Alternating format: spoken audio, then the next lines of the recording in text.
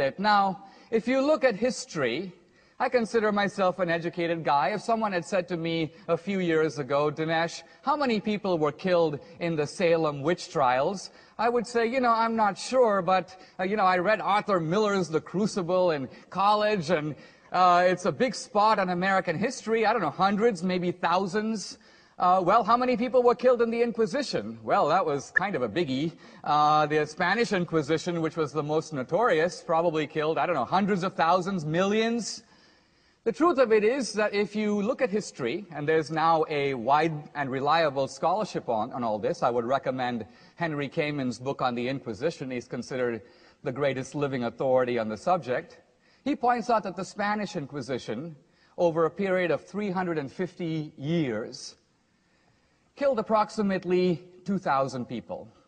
I'm not exactly a math major, but by my count, that's about 5 guys a year.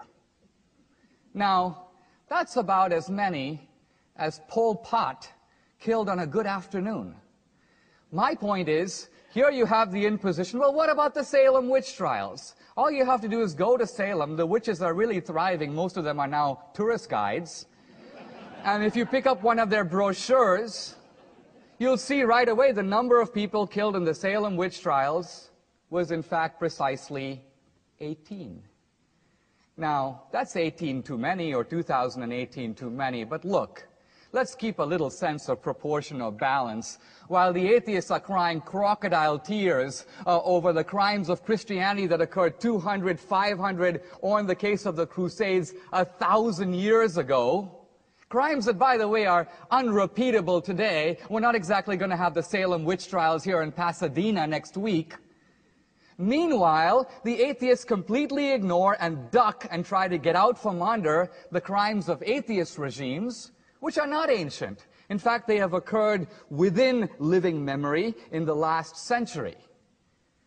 I'm not just talking about Stalin in Russia or Mao in China or the Nazi regime. True, if you bring those three together, those three regimes in the space of a mere 5 decades killed no fewer than 100 million people. In other words, the regimes of atheism have produced a virtual mountain of bodies and an ocean of blood. We're not even talking about Pol Pot's 2 million, or Ceausescu, Kim Jong-il, Fidel Castro, Enver Hoxha, the list goes on. Now, Richard Dawkins, in The God Delusion, makes an extremely important qualification. He says, well, yes, it is true, but you have to notice that the Christians killed in the name of Christianity. You may have had tyrants who were atheists, but they really didn't kill in the name of atheism. Now, Dawkins is actually an accomplished biologist, but I think that there are some dangers to letting a biologist leave the lab. And why? Because here is a guy who's straying out of his field, reveals a complete ignorance of history. All you have to do is read the Communist Manifesto. All you have to know is a little bit about these different regimes to see right away that this wasn't a matter of having a dictator who happened to be atheist. The whole idea in Marx is that religion is the opium of the people. The whole idea is to create a new society, a new man, and a new utopia, liberated from the shackles of traditional religion and traditional morality. So here's my bottom line, and that is, if you think the Bin Ladens of the world are bad, Bin Laden in his wildest imagination could not even begin to match the crimes of atheism that have occurred within our lifetime. It is atheism, not religion, that is responsible for the mass murders of history. Now, we'll see from Michael Shermer some dodging on this issue, so I just want to preempt this as I conclude by reading you a line from Daniel Dennett in his book, Breaking the Spell.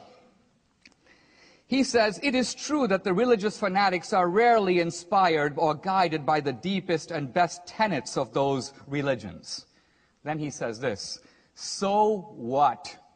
Al-Qaeda and Hamas, terrorism is still Islam's responsibility, and abortion clinic bombing is still Christianity's responsibility." To which I say, amen. In other words, if crimes are committed in the name of an ideology, the people who share that ideology must accept some responsibility for them. But here's my point. Let's be a little even-handed about that. If that is true of religion, it is also true of atheism. The atheists don't get to dodge and say, well, really, but we wouldn't do that. We're such nice people. The atheists don't get to blame the Christians for Torquemada and then get out of the blame for, say, Stalin. We have to use a single standard in this argument. So I think at the end of the day, we will find that there is good and there is evil. It is, of course, in human nature. We're going to see it everywhere. But if you toll up a little bit of a balance sheet, I think you see that our civilization, including the values that those of you who are secular cherish, wouldn't be there if it wasn't for Christianity. In this sense, I think you can say, even if reluctantly, even Michael Shermer, thank God for Christianity. Thank you very much.